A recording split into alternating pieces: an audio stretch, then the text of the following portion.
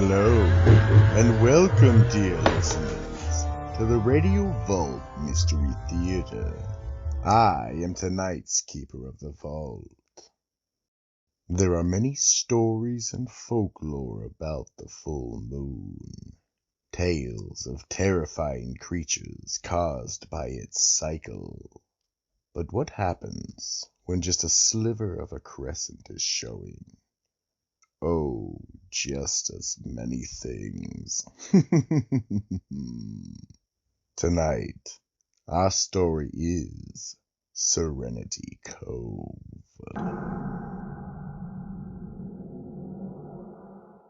Act 1. There are many places on Earth that seem to come right out of a Currier and Ives painting. Pacificus was one of those places. The small town of 300 people, nestled near the mouth of the Columbia River and the Pacific coastline, tucked into a Douglas fir and spruce-covered forest, about a quarter of a mile from what is known as the Graveyard of the Pacific. There was a small cove that the locals referred to as Serenity Cove. Maya Foster lived there with her wife Daria in a small cottage tucked away in that evergreen forest.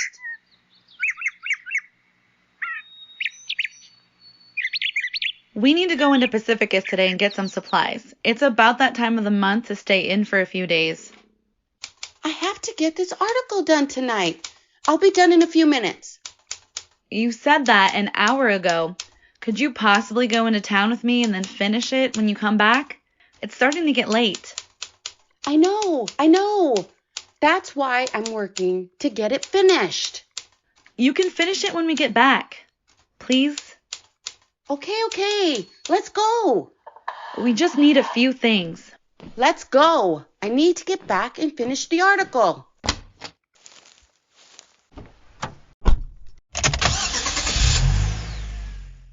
The two of them go into Pacificus.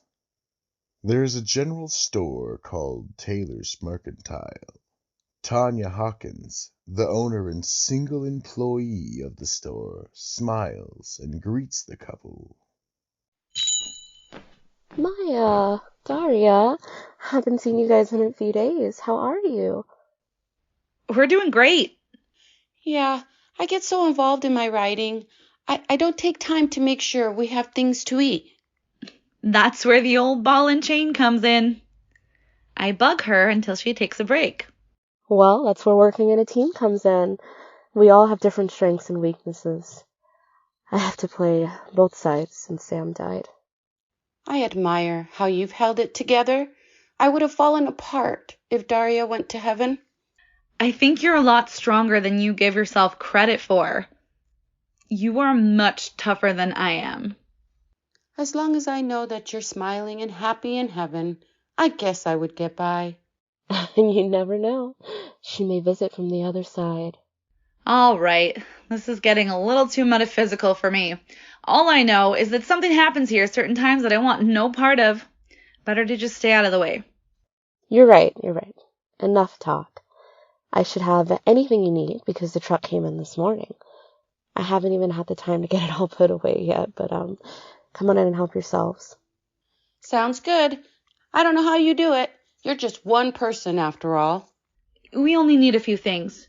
We only need to stay inside a couple of days, allow things to calm down a bit. I understand we all need to stay in for the next couple of days.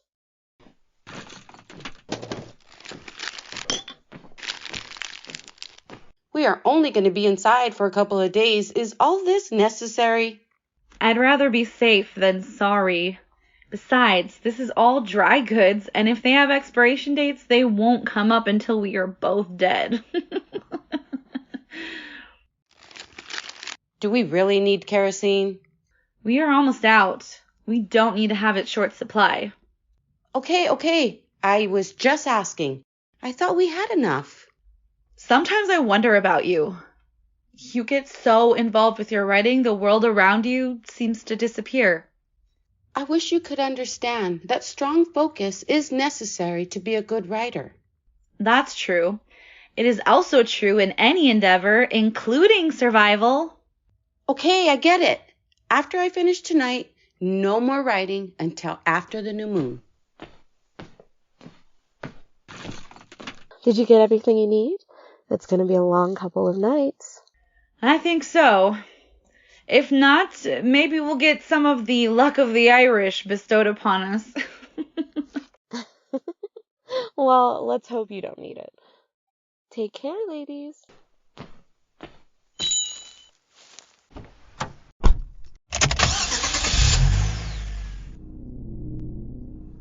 Daria, maybe we should move. This process is getting old. It only takes 2 nights a month, and I think that the benefits from where we live far outweigh the inconvenience twice a month. Inconvenience. That inconvenience has caused a lot of heartache over the years. Remember Goldie? Well, Goldie would probably still be with us if she would have come when we called her in for the night. She was only trying to protect us. That's why we got her. Golden retrievers are very protective. Maybe we should get a less active dog. I mean, she'd get started, and then getting her to slow down was hard. Not funny at all. We wouldn't have to worry about all that if we weren't here. You said yourself that you do your best writing here because of how quiet and serene it is here. That was before I knew why. The two ladies were silent as they made their way home. End of Act 1.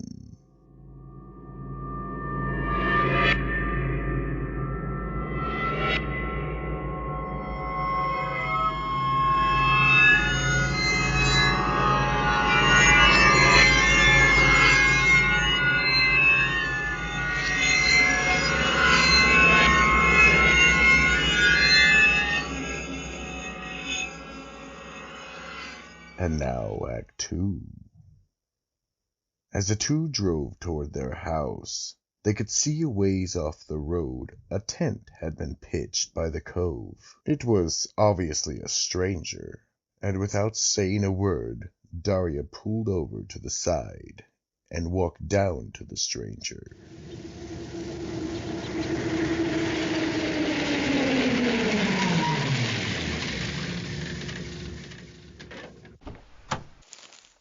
Hello?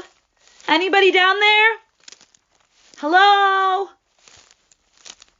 Hey, is there anybody there? We're coming down. Hello, how can I help you? Oh, hi, ladies.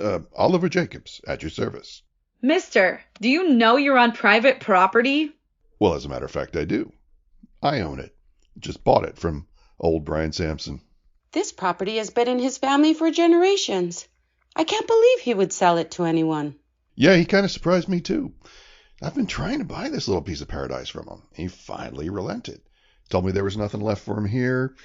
He said Serenity Cove has taken all he cared about. The two women looked at each other, and Daria gestured with her hand for Maya to go back to the car. Didn't that sound a little strange to you, mister? That after this property being in his family for generations, he'd sell it to you all of a sudden? Well, I had been persistent. I was thinking he probably just gave in after all these years. Oh, are you my new neighbors? You might say that. Is there something wrong with your house? I mean, you're sleeping out of doors tonight. Could you maybe stay in the house for the next couple of days? I didn't see any bad weather in the forecast. In fact, it's supposed to be pretty nice. Mr. Jacobs, is it? Oliver, please. Okay, Oliver. As your new neighbor, I think you should probably postpone your little camping trip for a couple of nights. Ladies, I can assure you that I've been in much more threatening situations than this. I'll be just fine.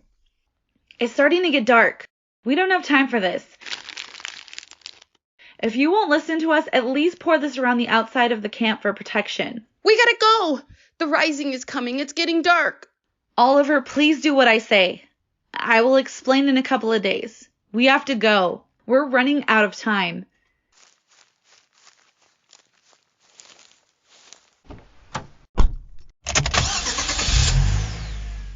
Wow. Those ladies a little touched in the head. Well, at least they left some kerosene. By the time I get this fire going, it'll be time to bed down for the night. I assume there are critters meandering after dark. A little fire will keep them at bay. It's so nice to be out in the fresh air.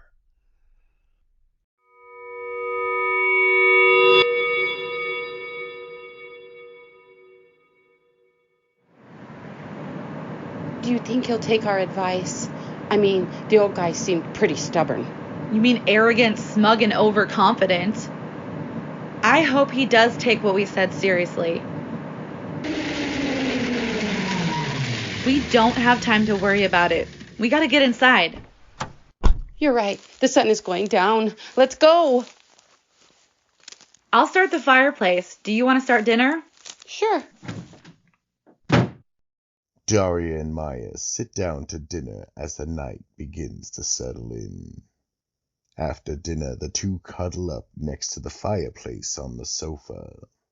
Daria has a drink of brandy, while Maya sips on some red wine.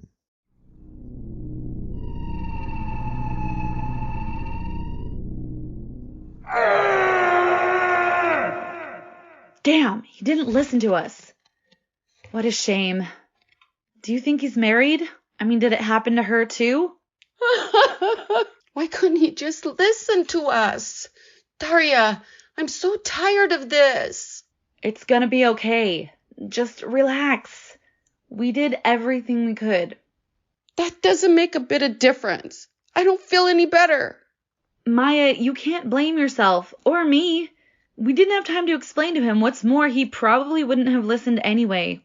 That still doesn't mean we shouldn't have tried harder. We barely made it inside before sundown. If we would have stayed any longer, we would have gotten trapped. And probably dead. You're right, Daria. We did what we could. I feel sorry for the old guy. But we desperately tried to warn him. We tried to reason with him, but he'd have no part of that. We should probably check the old Sampson house out to see if anyone else came with him. I think not. If he does have someone there, they'll blame us for his disappearance. I can't deal with cops now. What if I was the one camping and I didn't come home? Wouldn't you want to know? We really do need to check things out when the moon is new in a couple of days. Okay. As soon as this blows over, we'll go investigate. I think for now, we should just mind our own business, forget about what is going to happen over the next couple of days, and cuddle up to a good movie. Come on, what do you say? I don't know. Especially on the first night, we should be vigilant. It has been safe in the house, but who knows when that will no longer be true. You worry way too much. We're safe. Let's just try and relax and take the next couple of nights to really enjoy each other's company. The quiet here is amazing. The woods are enchanting, and I love our new neighbors, but I want to leave. Serenity Cove is not so serene to me anymore.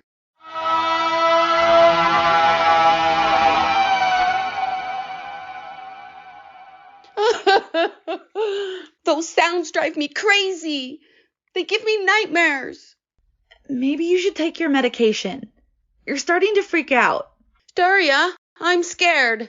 I don't need any damn medication. Come here and let me hold you. No boogeymen are going to get you tonight. Thank you for being here and not making fun of me for being scared. Let's make some tea and watch a movie. I'm glad you thought of doing that. Wish I would have thought of watching a movie. Be quiet before I change my mind. The two ladies snuggle in together and watch a movie for a distraction. End of Act 2. And now, a word from our sponsor.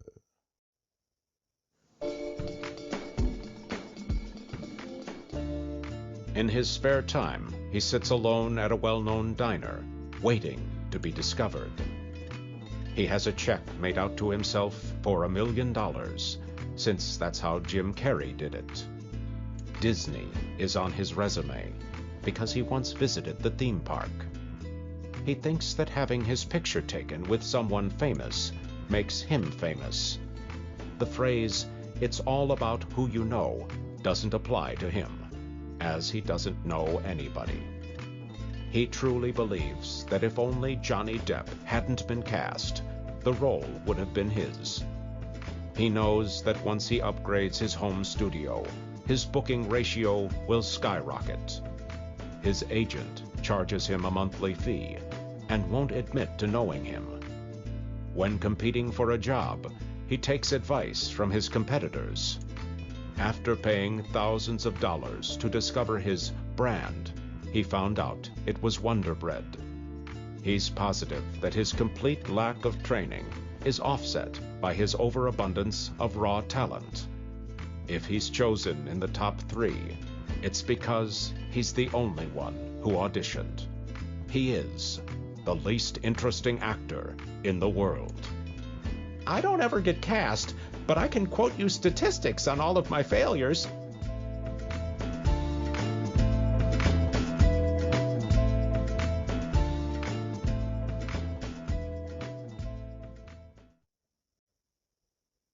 And now, Act 3.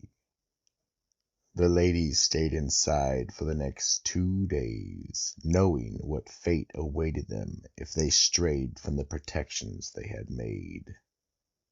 On the morning of the 3rd day, the 2 ladies talked over breakfast. I'm so tired. I kept having nightmares last night. After the dishes are done, we should check things out at the Sampson place. The Sampson place is just fine. You know, Maya, maybe you're right.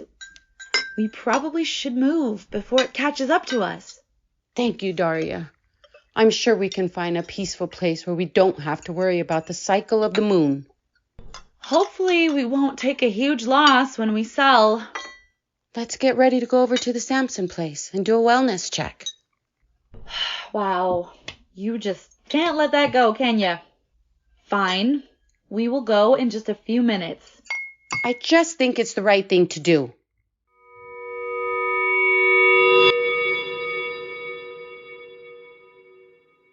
Daria and Maya prepare to go over to the Sampson place, not knowing what they would find. The strange happenings of the previous 2 nights made Daria sure they were not going to find anything.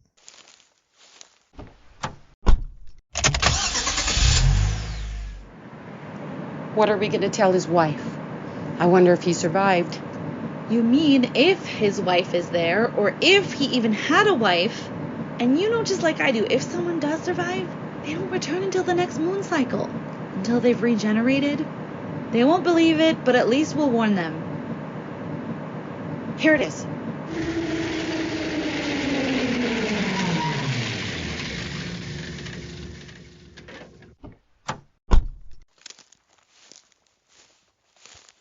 Here goes nothing. Hello, can I help you? Hello there. I'm Daria Foster, and this is my wife, Maya. We're your neighbors from just across the cove. Hi. I guess you guys bought this place from Old Man Sampson, right? He sure didn't give it to us. I'm Edith Jacobs. My husband Oliver had been begging him for years to sell this place. He finally gave in. We had to go through a lot of things to be able to move here. I'm so sorry you had to go through a lot to get here. No need. It was well worth it. Oliver, come meet our new neighbors. Hi, ladies. Nice to meet you again. I didn't get your names last time. Oliver, this is Maya and Daria Foster. They are our neighbors from across the cove, and they are married. Nice to know your names. Edith, these 2 ladies last time we talked, they were kind of in a hurry to get inside. I think they're scared of the dark. But it was the crescent moon, and you were close to the cove. Well, thank God for that. I turn into a werewolf when it's the full moon. Why don't you ladies come in and have some coffee? We can chat and get acquainted. I don't know. We don't want to be an imposition. Not at all. Please, come in. It would mean a lot. You could fill us in on all the local gossip. Well, okay. We have some time.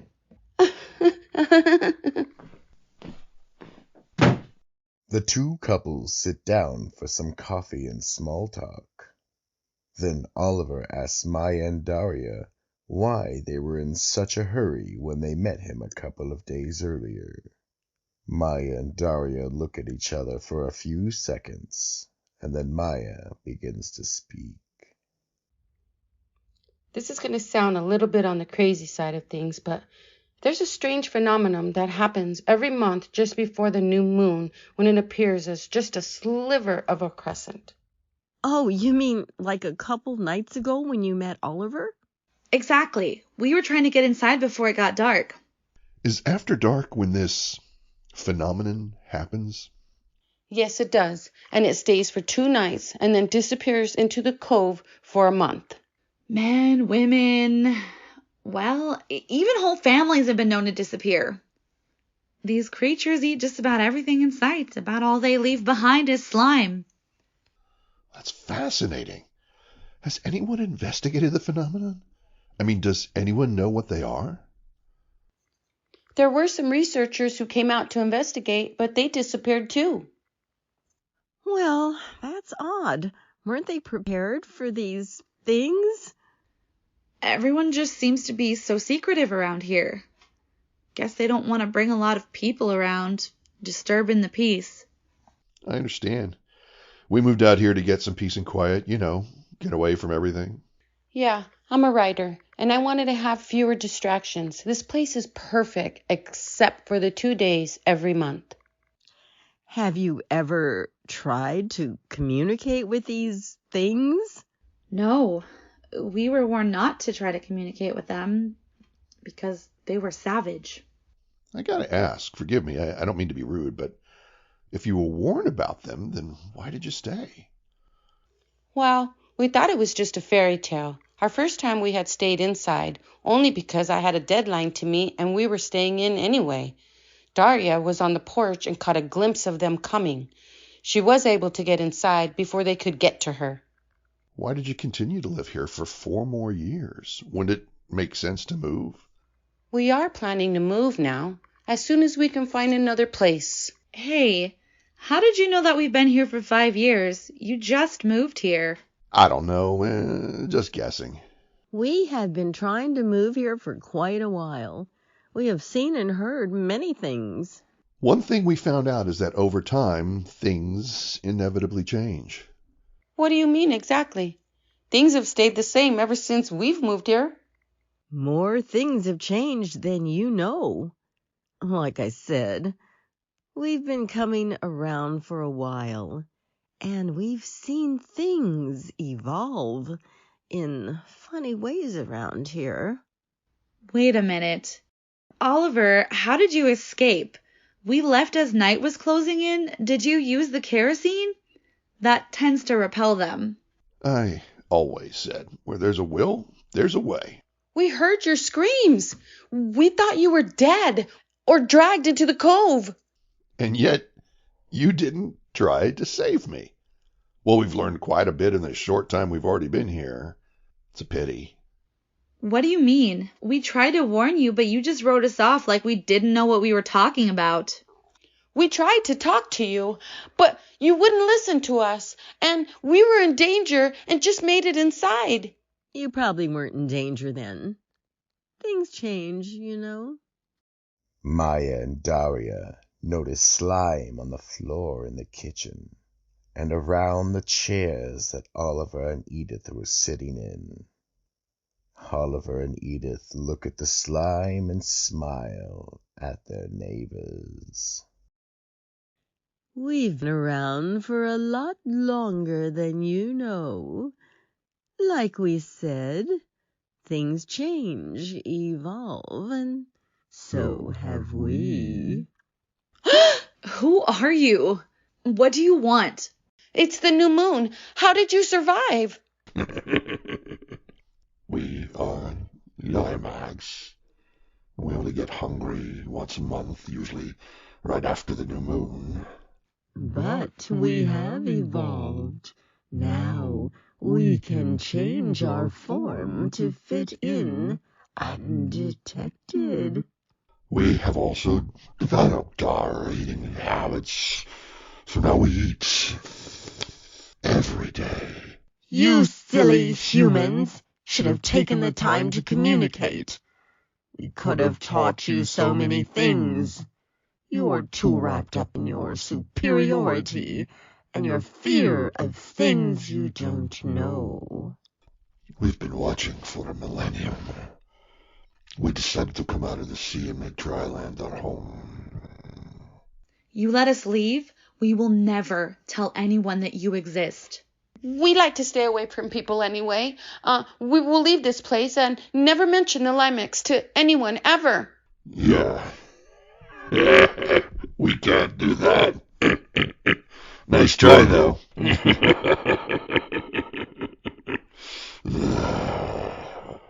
I'm afraid you won't be moving either. Maya and Daria's screams could be heard throughout the small town of Pacificus. Down by the shop, Tanya paused for a moment while unloading a truck. Holding a box, she looked up and smiled to herself. She turns to walk into the store as a large blob of slime drops to the ground.